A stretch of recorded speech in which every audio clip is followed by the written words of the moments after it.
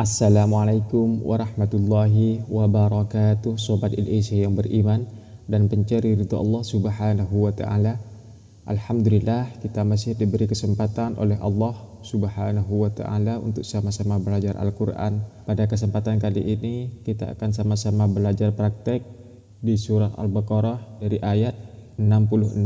Sebelum memulai, marilah terlebih dahulu untuk mengambil wudhu dan jangan lupa untuk selalu membaca A'udzu billahi minasyaitonir rajim. Bismillahirrahmanirrahim. Faja'alnaha nakalan lima baina yadayha wa ma khalfaha wa mau'izatan lil muttaqin. Wa idh qala Musa liqaumihi innallaha ya'murukum an tadhbahu baqarah. Qalu atattakhidhuna huzwa. Qala a'udzu billahi an akuna minal jahilin.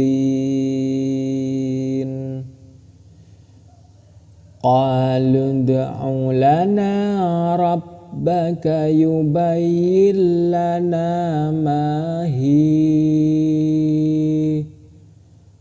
Qala innahu yaqulu innaha baqaratun la faridun wa la bikr awanum baina dhalik faf'alu ma tu'marun. Di sini ada mat tabi'i, terus ada non mati bertemu dengan lam. Non mati bertemu dengan lam disebut idgham bila gunnah. Idgham bila gunnah hurufnya ada dua, yaitu ra dan lam. Diingat, ra dan lam. Huruf idgham bila gunnah ada dua, ra dan lam. Apabila ada nun mati ataupun tanwin bertemu dengan salah satu kedua huruf tersebut, maka itu dihukumi idgham bila gunnah. Cara membaca idgham bila gunnah yaitu dengan masuk tanpa berdengung, langsung tidak usah didengungkan. Contohnya, Rabbaka yubayyin lana ma hi. Seperti itu contohnya. Yubayyin lana ma hi, bukan yubayyin lana ma hi. Itu salah. Tapi yang benar yubayyin lana ma hi. Seperti itu. Contoh berikutnya ini, apabila ada tanda seperti ini lebih baik berhenti di sini. Lebih baik berhenti di sini, jangan dilanjutkan. Terus ini ada nun bertasdid. Nun bertasdid ini disebut gunnah. Huruf gunnah yaitu ada dua, nun tasdid dan mim tasdid. Apabila ada nun bertasdid seperti ini dihukumi gunnah. Cara membaca gunnah yaitu dengan berdengung. Contohnya seperti apa? Qala innahu, seperti itu. Qala innahu seperti itu cara membacanya. Bukan dibaca qala innahu, itu salah. Qala innahu, itu salah. Mengapa? Karena itu tidak berdengung. Innahu, itu salah. Tapi yang benar innahu, seperti itu. Bedakan antara membaca innahu dengan innahu, itu salah. Yang kedua itu salah. Terus di sini ada mat tabi'i, apabila ada dhamma, di depan dhamma ada waw, maka itu disebut mat tabi'i. karena hukum tabi'i apabila ada dhamma dengan waw, seperti itu. Dhamma dengan waw, fathah dengan alif, kasrah dengan ya, seperti itu. Ini juga ada nun bertasdid sama seperti ini disebut gunnah. Cara membacanya innaha,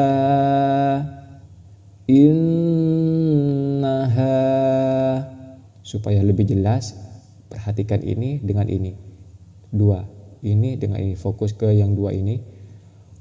Qala innahu yaqulu innaha, seperti itu. Contoh berikutnya ada tanwin bertemu dengan lam. Tanwin bertemu dengan lam yaitu sudah pasti idgham bila gunnah.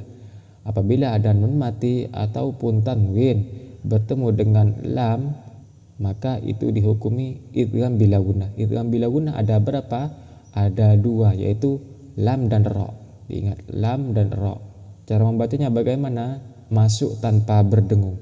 Contohnya baqaratul la faridu wala bikr. Langsung, tidak usah didengungkan. Baqaratul la farid, seperti itu contohnya, langsung tidak usah didengungkan. Terus di sini ada tanwin bertemu dengan waw disebut idgham bi gunnah. Ini idgham bila gunnah, sedangkan ini idgham bi gunnah. Idgham bi gunnah ada berapa hurufnya? Ada 4. Ya, nun, mim, waw. Ya, nun, mim, waw. Diingat, kalau idgham bila gunnah ada 2, lam dan ra. Apabila idgham bi gunnah ada 4, ya, nun, mim, waw. Itulah perbedaannya. Apabila ada nun mati ataupun tanwin bertemu dengan ra ataupun lam, itu disebut idgham bila gunnah. Sedangkan apabila ada nun mati ataupun tanwin bertemu dengan salah satu huruf ya, nun, mim, waw, maka itu dihukumi idgham bi gunnah. Kalau idgham bi gunnah cara membacanya dengan berdengung. Tapi kalau idgham bila gunnah cara membacanya tidak usah berdengung. Diingat. Contohnya bagaimana yang berdengung? La faridun wala bikr.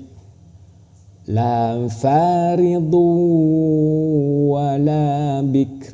Seperti itu. Contoh berikutnya ada tanwin bertemu dengan ba. Tanwin bertemu dengan ba dihukumi iklab. Huruf iklab ada satu, cuma ada satu, yaitu huruf ba. Apabila ada nun mati ataupun tanwin bertemu dengan ba, maka itu pasti dihukumi iklab. Makanya di sini ada mim. Gunanya mim ini apa? Untuk menandakan bahwa ini adalah hukum iklab. Mengapa ditandai dengan mim? Karena kalau iklab cara membacanya harus berbunyi mim. Contohnya bagaimana? Awanum baina dzalik. Awanum baina dzalik. Seperti itu. Cara membaca iklab harus berbunyi mim. Terus kita lanjut. Qalun da'u lana rabbaka yubayyin lana ma lawnuha. Qala innahu yaqulu innaha baqaratun safra'u faqi'un lawnuha tasurrun nazirin.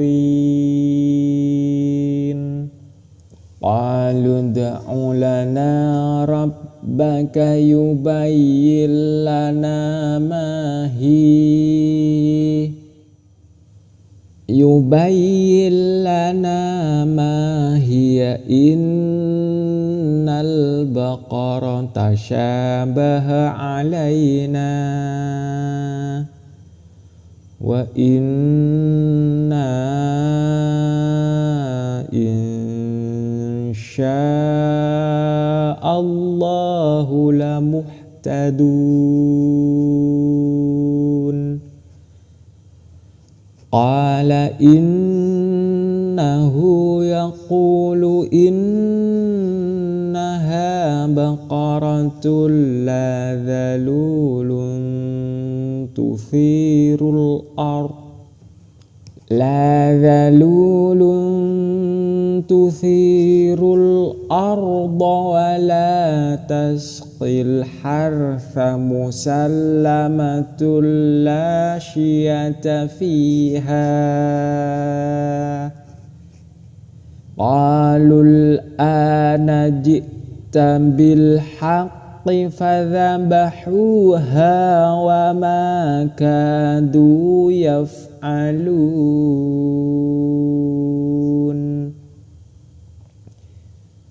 wa idh qataltum nafsan faddara'tum fiha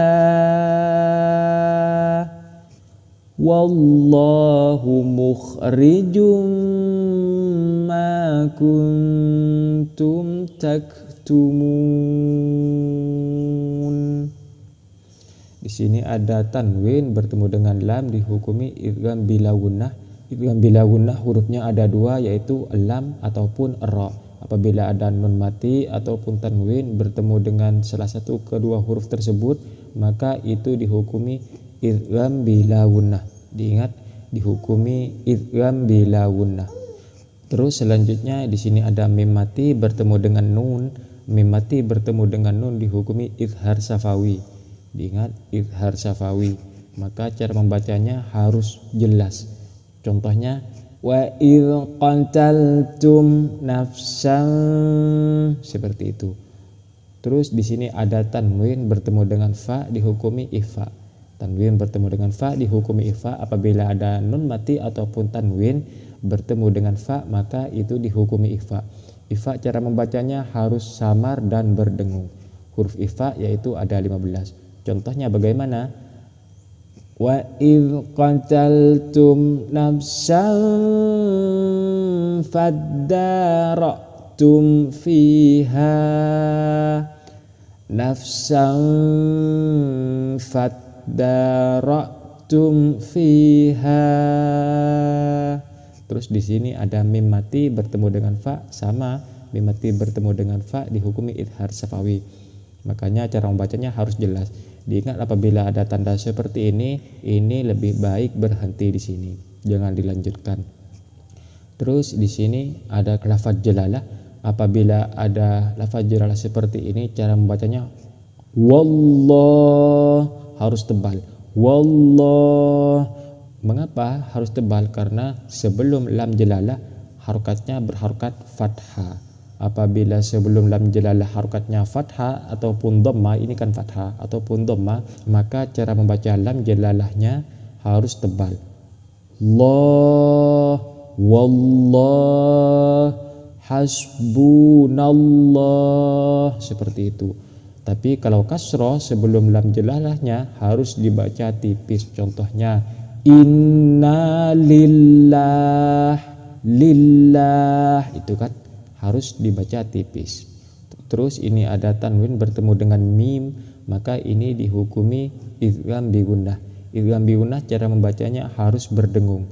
Hurufnya yaitu ada 4. Terus di sini ada nun mati bertemu dengan ta dihukumi ikhfa. Ikhfa yaitu cara membacanya harus samar dan dengung. Mungkin sampai di sini dulu video kali ini, semoga bermanfaat, semoga barokah. Apabila ada kritik dan saran silahkan cantumkan di kolom komentar di bawah ini. Apabila channel kami atau video kami bermanfaat bagi kalian, lebih-lebih bagi umat, silahkan jangan lupa untuk selalu dukung channel dakwah kami dengan cara klik tombol subscribe dan aktifkan lonceng notifikasinya, supaya ketika saya mengupload video terbaru kalian mendapatkan pemberitahuan. Dan jangan lupa like, komen, dan share ke teman-teman kalian. Sampai jumpa di video selanjutnya, Sobat LEC yang beriman. Wassalamualaikum warahmatullahi wabarakatuh.